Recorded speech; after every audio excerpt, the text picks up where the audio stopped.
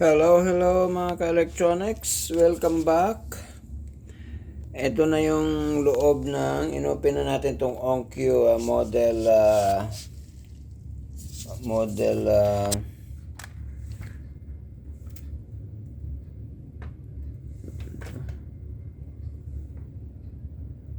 TXDS 484. So, puno ng pyesa guys, no? Masyadong puno. Okay? So, inaalikabok na.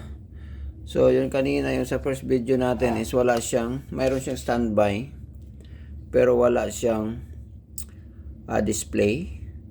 Pumipitik yung mga relay niya. Ito yung relay niya sa main. Pumipitik naman. Okay, so, pero hindi siya talaga power on. So, walang display. Subukan natin ulit guys. Naka-plug na yan. Subukan natin ulit. Yan. Pumipitik yung relay. Yan. May ilaw yung standby. Yan. Pero wala siyang display. Yan. Pumipitik naman siya guys. So, check natin. Of course, sa mga baguhan sa troubleshooting. So, focus tayo dito sa power supply, no? Alikabok na guys. So, ibabrush muna natin para maklaro naman yung mga connection. Okay.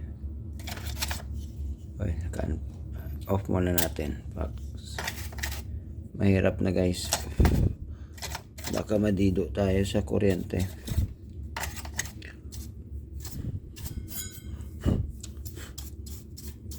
So, masyado na alikabok guys.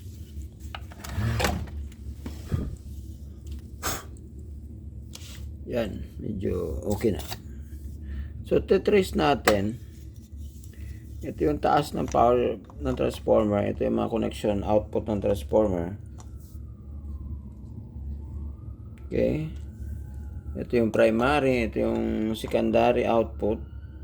So, check natin kung saan nawawala yung supply. Okay.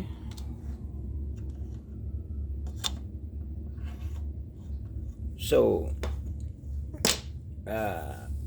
check natin.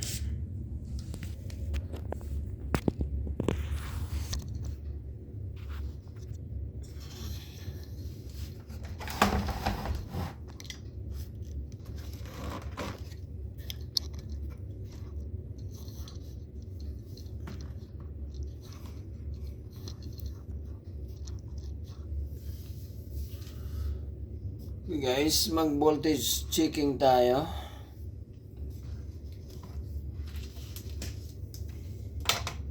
Voltage check tayo. I-switch on natin ulit. Okay, pumitik. Tingnan natin yung standby. Okay.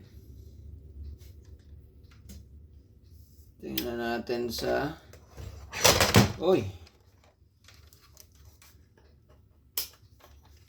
tingnan natin sa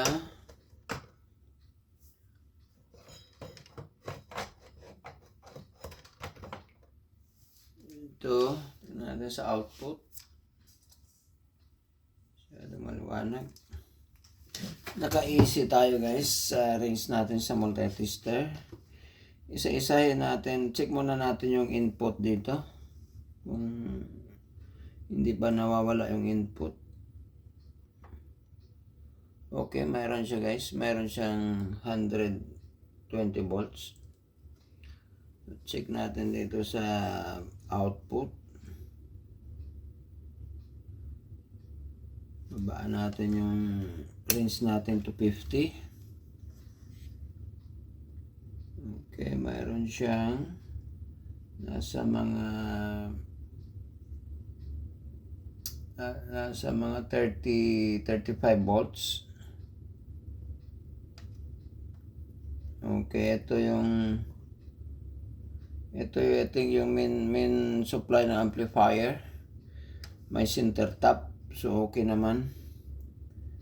Itong dito, mayroon siyang nasa around 18 volts AC. Same, around 18 volts. Parang may center tap din siya. Dito, nasa 12. So, 12, yan. Magkapares siguro sila yan. 12. At mayroon siyang low voltage. Baba natin sa 10 volts yung range natin.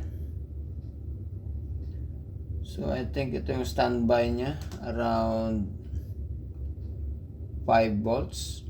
Standby. Siguro. No, actually, ang standby voltage niya is, standby power niya is andon. May maliit na transformer. Yun naman palagi ang design, guys, no? Yan. Nakatago dyan yung maliit na transformer. Kita nyo yan? Yan yung standby niya. No? Pag naka-plug in, automatic yung maliit na transformer na yan. Yun na yung nagsusupply ng standby. Then, pag tinon on mo siya, so magsusupply yan dito sa relay, no? Itong maliit na transformer na to na standby, ito yung nagsusupply ng system na para pag press mo ng power on, magsusupply siya dito sa, ito yung main relay niya na magsusupply dito sa malaking transformer. So, andun yung standby. So, dito, ito, meron siyang output din dito na mga 5 volts. So, galing sa transformer, guys, kompleto naman yung output, na? Tingnan na lang natin kung saan nawawala. Kasi may, again, pareho rin sa experience natin sa ibang amplifier na may mga usually mga fusible lang yon na bumibigay, no? Kung hindi bumibigay yung fuse, may mga fusible resistor na bumibigay dahil nga sa mga voltage surge. Yung hindi tinatanggal yung plug, palagi lang naka-plug in, tapos nag-brown out, no? Nagkaroon ng high voltage fluctuation, voltage surge, kaya nabibigla yung mga fusible resistor na yon. Biglang bumibigay kahit wala namang short circuit, no? So dito tayo, trace natin dito sa galing dito sa mga terminals na to ng transformer. Dito tayo sa next stage, dito sa pinaka dulo na ng connection, papunta na ito sa may mga wire papunta dito sa circuit. Papunta na dito sa mga rectifier niya dito sa board, no? Kasi dito wala pa siyang rectifier dito. More on connection lang talaga. At saka possible mga fuse or fusible resistor andito sa board na to, no? Wala pang rectifier dito na part. So dito na yung mga rectifier sa board, sa main board niyan. Masilip mo dito. Andito na yung mga capacitor. Kita nyo, andyan na yung mga malalaking capacitor yan. Dito na malalaking capacitor dito. Okay, malalaking capacitor dito. Then, yung iba dito, mga regulator, mga ibang regulator niya, rectifier niya yan. May mga bridge rectifier sa dyan. No? So, andito na yung mga regulator na banda. Rectifier. So, check natin dito kung saan nawawala yung supply.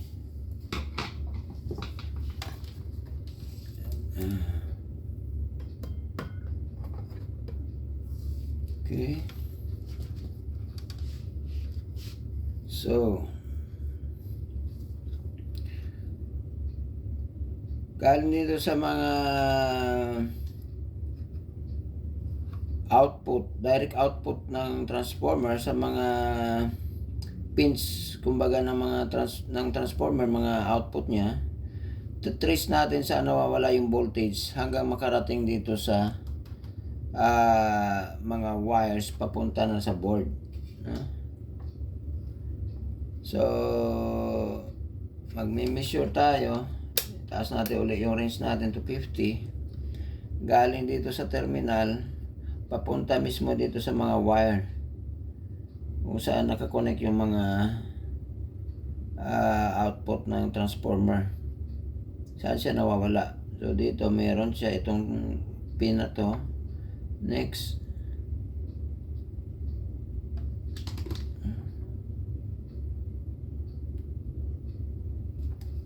okay, mas madali i-off muna natin, then mag-continuity check tayo guys, no? Don't forget to turn off the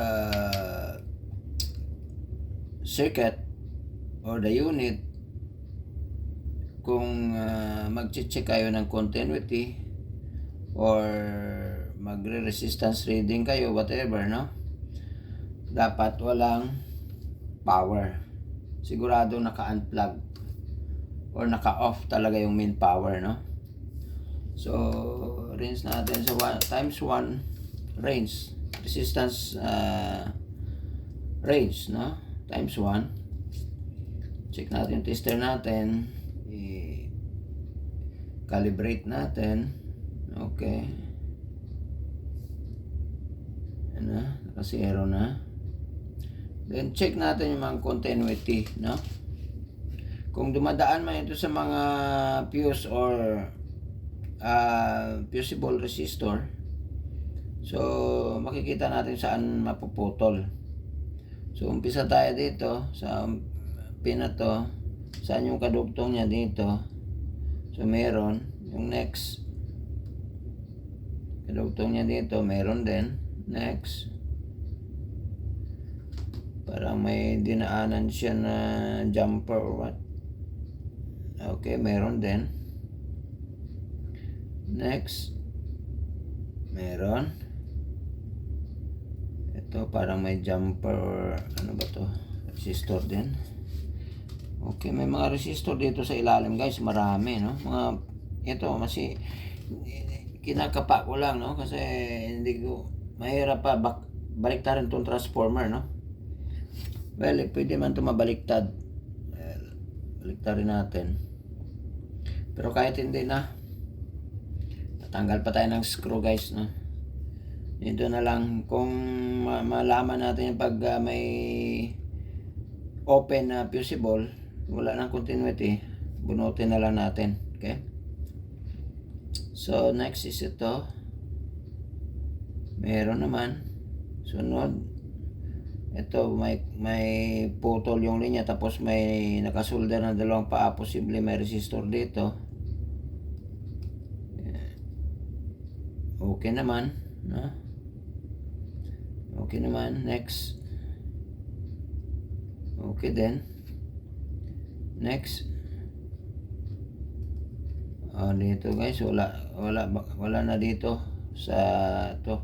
Mayroon siya naka-welding dito, naka-weld dito na dalawang paa, tapos may putol yung linya. So dito may fusible dito, posible ito yung bumigay. Wala siya, no? Okay. Oops. Okay. Yung isa pa next, ito yung main na may main supply, I think 35 volts para sa amplifier. Okay naman. Next. Okay naman. Okay naman. So dito lang sa isa guys, wala, missing yung continuity. So yun dito. Ito na pin. Ito papunta dito, may parang may putol dito na linya. Okay, so check natin yung resistor dyan. Okay, bunutin na lang natin sa ilalim. Makapa naman natin yan, no? Kahit hindi natin baliktarin.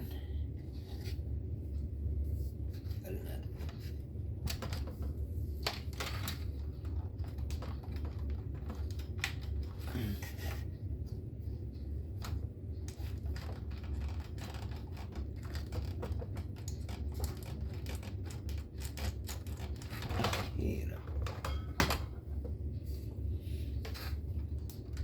Okay. Baliktarin natin guys. Mahirap kapain, no? Tanggalin talaga natin tong transformer.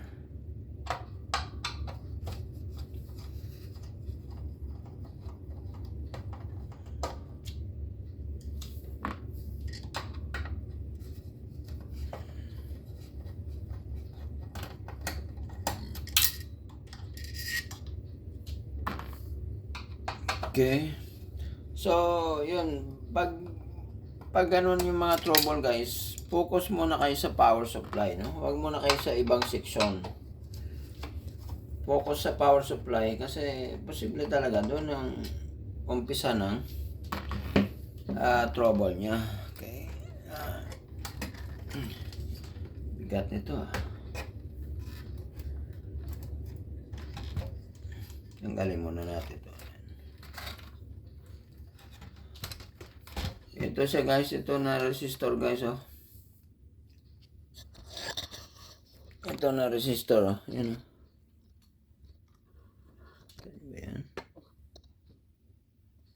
Yan. Kita nyo yan. Yung kulay niya is, kulay nito. Wala natin ang mahiwagang magnifying glass, magnifying lens. Asan yan? Guys, ang color niya is brown, black, gold. Okay? So, bunutin natin guys. Brown, black, gold. This is 1 ohm. No? Because brown is 1, black is 0. So meaning first and second significant digits 1, 0, so 10 times the multiplier na gold, which is 0.1. Yeah, 0.1. So 1 ohm. Okay, so bunutin natin guys.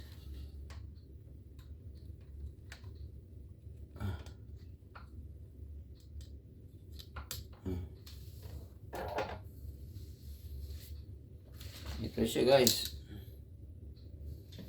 Ito siya. Yan.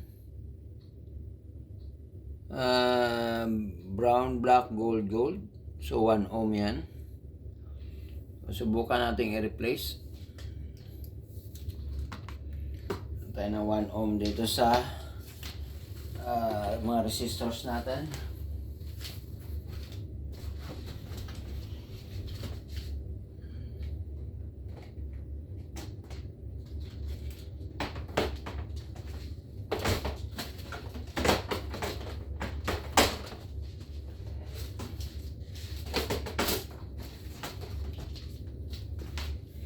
Guys,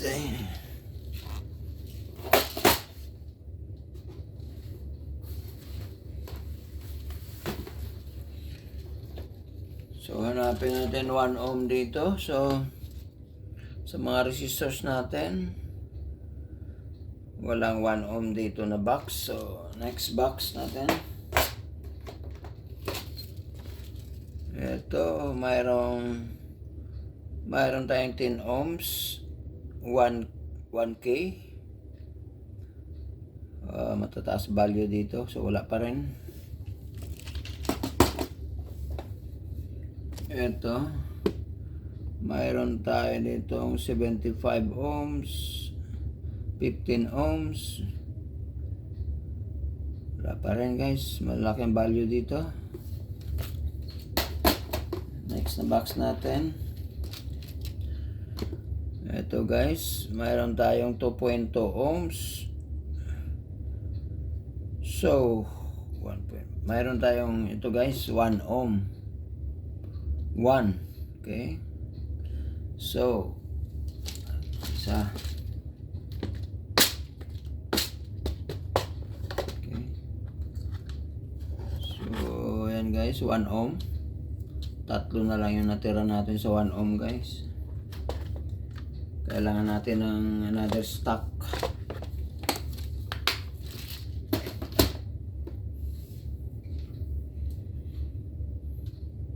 You guys, 1 ohm. Okay. Yung color nito is brown because this is yung pinakita ko sa inyo itong sira. Kasi mga old resistor pa ito guys, no? Kumbaga dati pa to. 4 bands lang ito guys, 4 colors. Okay? Ito. Whereas itong bago ipapalit natin 5 bands na resistor na ito guys, medyo malapit na ito sa accuracy. Kasi ang nito, ang multiplier is nasa fourth color na. Okay?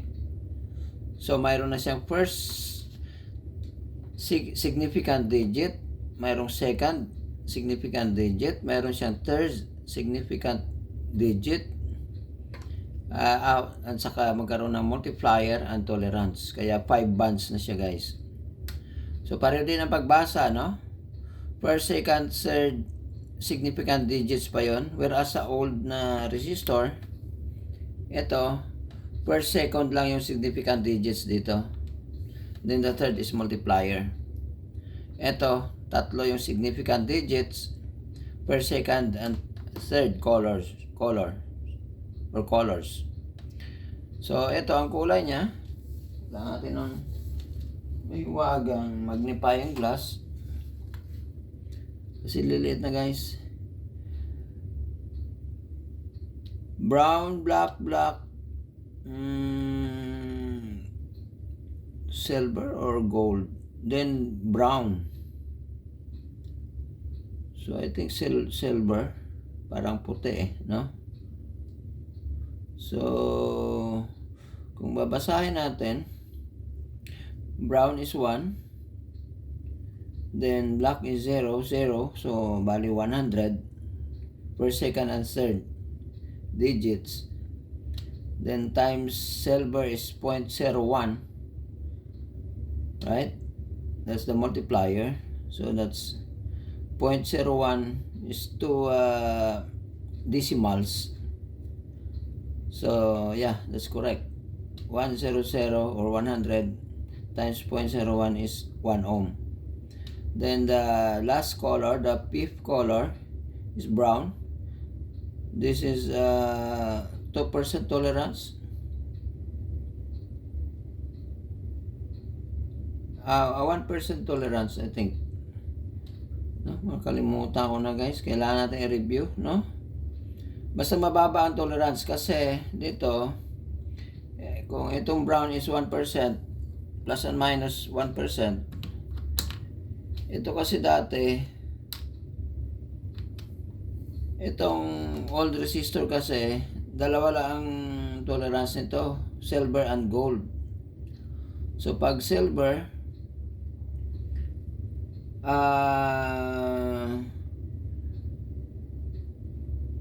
plus and minus 10%. Pag gold, plus and minus 5%. Okay? Yeah. Kailangan i-review guys ha. Sorry kung medyo nakalimutan ko. Tagal ko nang hindi na-review yan guys, no? Well, anyway, magta-tackle tayo later on about resistor guys, no? Di-discuss tayo about components. So, but in the meantime, mayroon na akong question or tip or trivia. Bakit kaya nilagyan ng color, no? Yung mga resistors, lalo na yung mga maliliit na resistors, bakit hindi na lang nilagyan ng value? Para sa mga malalaki, may mga value na yan, no? Mga malalaki dito. Yan, nakita nyo yung mga malalaking value. May nakamarka na yan kung ilang ohms, no? Pero ito, color. Bakit pahirapan pa tayo mag-memorize ng mga colors? Then, corresponding value. So, sa hindi nakakaalam, bakit may color coding pa yung mga liit? Dahil, usually yung mga resistor guys, is nasusunog, no?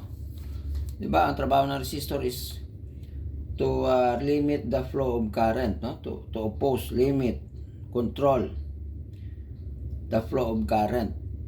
That's why it's called resistor, resistance, no? Resist the flow of current. So, talaga ang tendency, pag nasubrahan is nabe-burn out sila, nasusunog. So, pag nilagyan kasi ng diretso na number yan guys, let's say 10 ohms number, tapos hindi naman yan lahat, buong katawan ng resistor, buong body niya is markahan mo ng 10 ohms.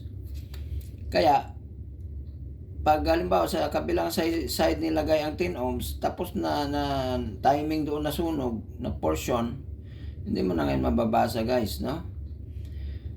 Or kahit isang number lang yung nawala, hindi mo na mababasa.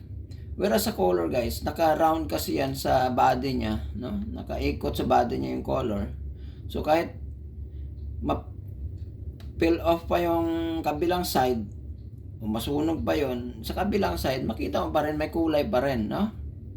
Okay? Kahit papano, sa 360 degrees na ikot ng color, sa naka-round sa resistor, kahit papano, may matira pa rin dyan, no? Na color. So, yun ang purpose.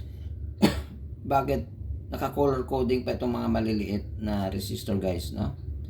Para madali pa siyang ma-identify pag nasunog siya or na peel off yung mga color niya, no? Okay, may matira pa rin na pwede mong ma-interpret yung value. Okay guys, yun yung mga parang trivia sa mga hindi nakakaalam, no? Mga beginners. Okay. I-connect na natin to guys, no? We'll see what will happen. Okay. Ito na guys. Puputulan natin ang paa kasi sobrang mahaba. Or pwede naman hindi lang muna para mapasok pa natin dito. Papasok ko na dito guys sa board sa ilalim.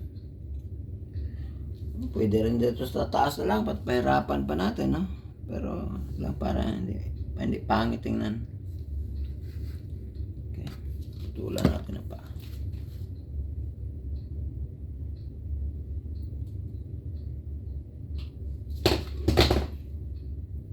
Okay guys, pintulan natin ang paa.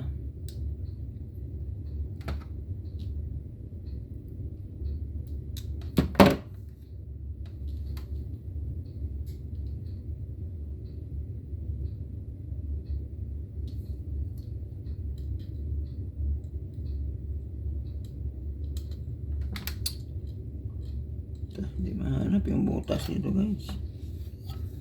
Butas dito. Yan na.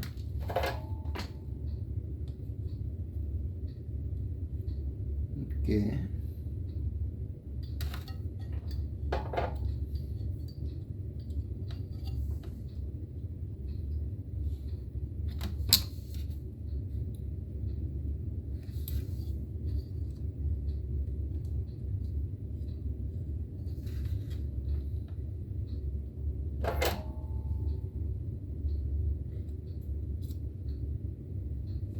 Okay.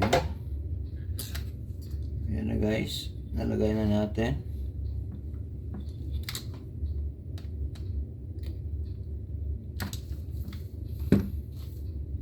Guys, nasilip nyo.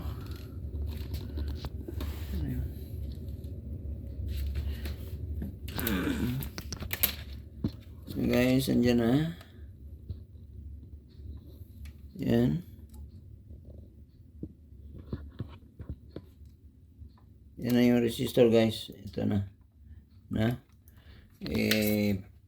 Ano natin? Balik na natin sa position ng transformer. Kabit mo natin to. Okay.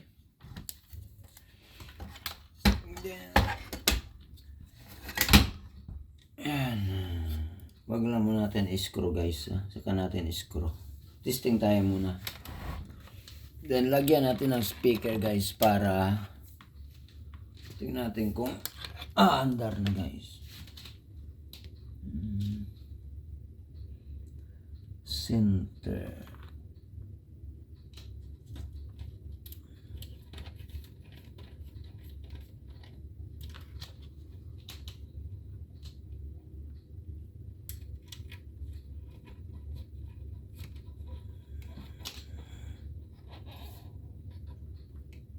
Okay. Turn on natin guys. Okay.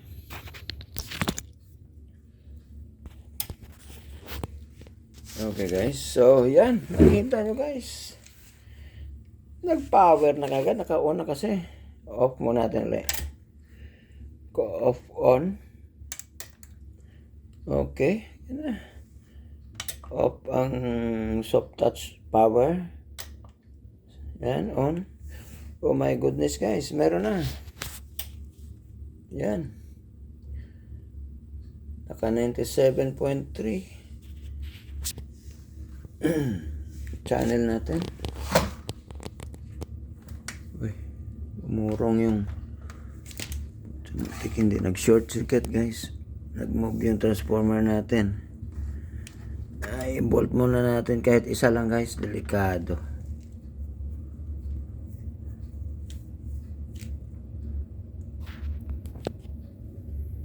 Ayan guys ha.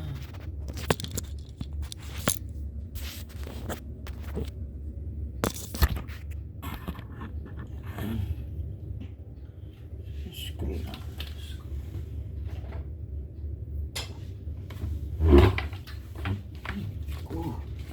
Walang screw.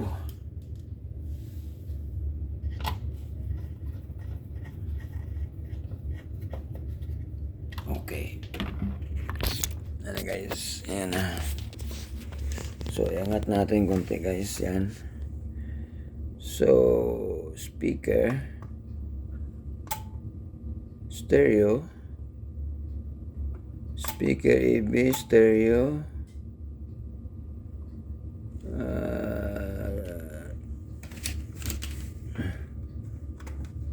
Change tayo ng channel para walang tumutunog.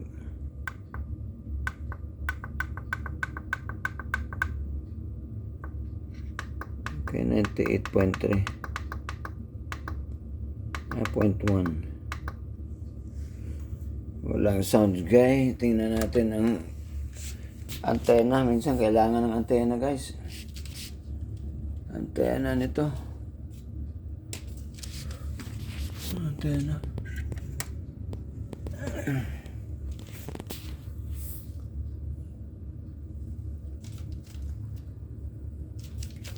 Wire.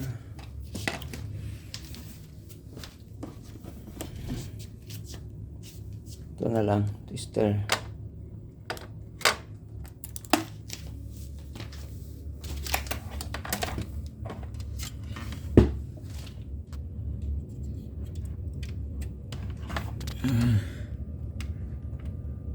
FM. Ito pala. Kasya guys. Ay nako. Ito na wire. Ito na. Ayan, tusukin. Tusukin yung antena.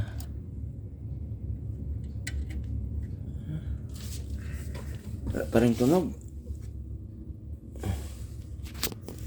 Ay, walang audio.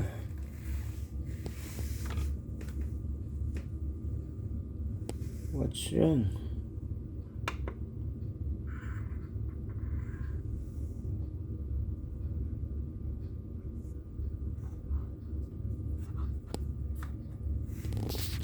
Naka 41 na yung audio guys, wala pa rin.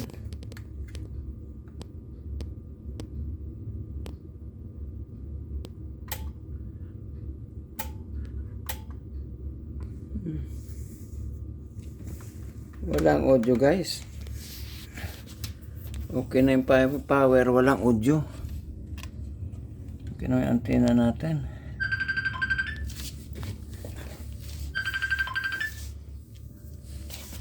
So guys, cut muna natin video guys. May tumatawag, my goodness. Walang audio. Ay, tingnan muna natin kung saan problema sa audio guys. Diyan lang muna guys. Bye.